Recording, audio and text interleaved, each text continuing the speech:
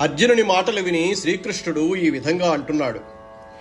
జిహ్మత్వంబున పారి ద్రోణజుడు దుశ్శీలుండు ప్రాణేచ్ఛమై బ్రహ్మాస్త్రంబదియేసే వచ్చనిది తద్బాణాగ్ని భీభత్స నీ బ్రహ్మాస్త్రంబునగాని దీని మరలింపన్ రాదు సంహారమీ బ్రహ్మాపత్యమిరుంగడు ఏయుమువడిన్ బ్రహ్మాస్త్రమున్ దీనిపై. అర్జునుడికుండే అనేక పేర్లలో బీభత్సుడు కూడా ఒకటి. బీభత్సుడు అంటే అతిక్రూరముగా యుద్ధము చేయువాడు అని. ఓ బీభత్స అంటే ఓ అర్జున, దుశ్శీలుడైనట్టి అశ్వత్థామ ప్రాణాలు కాపాడుకోవటం కోసం ప్రయోగించిన బ్రహ్మాస్త్రం ఇది.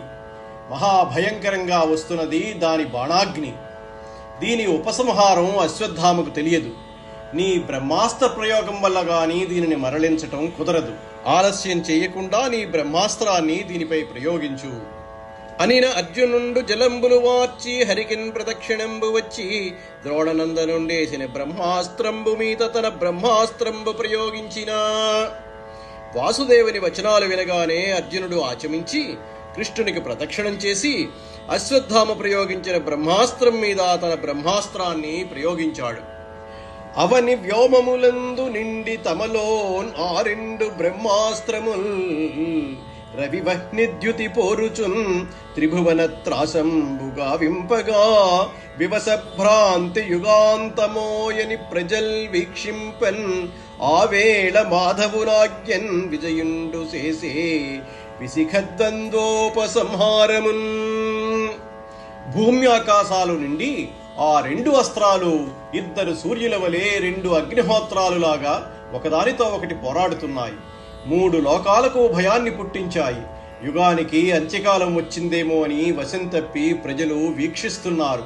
అట్టి సమయంలో మాధవుని ఆజ్ఞని అనుసరించి అర్జునుడు ఆ రెండు అస్త్రములను ఉపసంహరించాడు.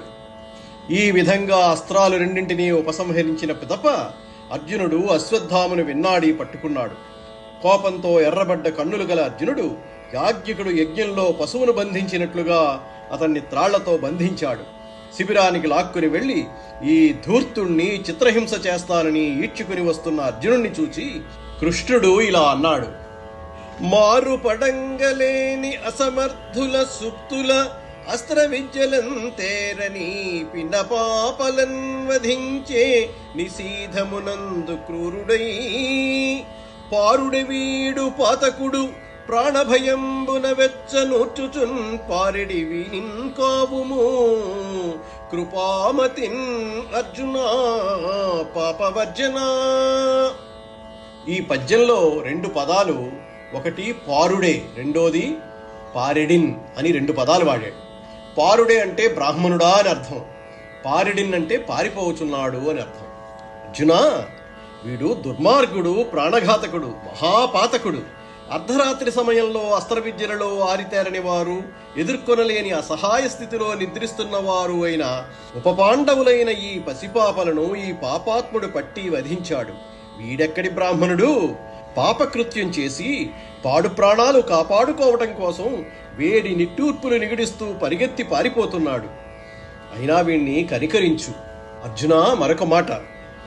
భయపడిన వాడిని, దిగులుతో మతిభ్రమించిన వాడిని, నిద్రపోయిన వాడిని, మద్యపానం చేసి మైమర్చిన వాడిని, పరాజితుడై పారిపోయేవాడిని, కదలక మెదలక పడి ఉన్నవాడిని రక్షించమని వేడినవాడిని, ఆడువారిని చంపటం ధర్మం కాదు కదా.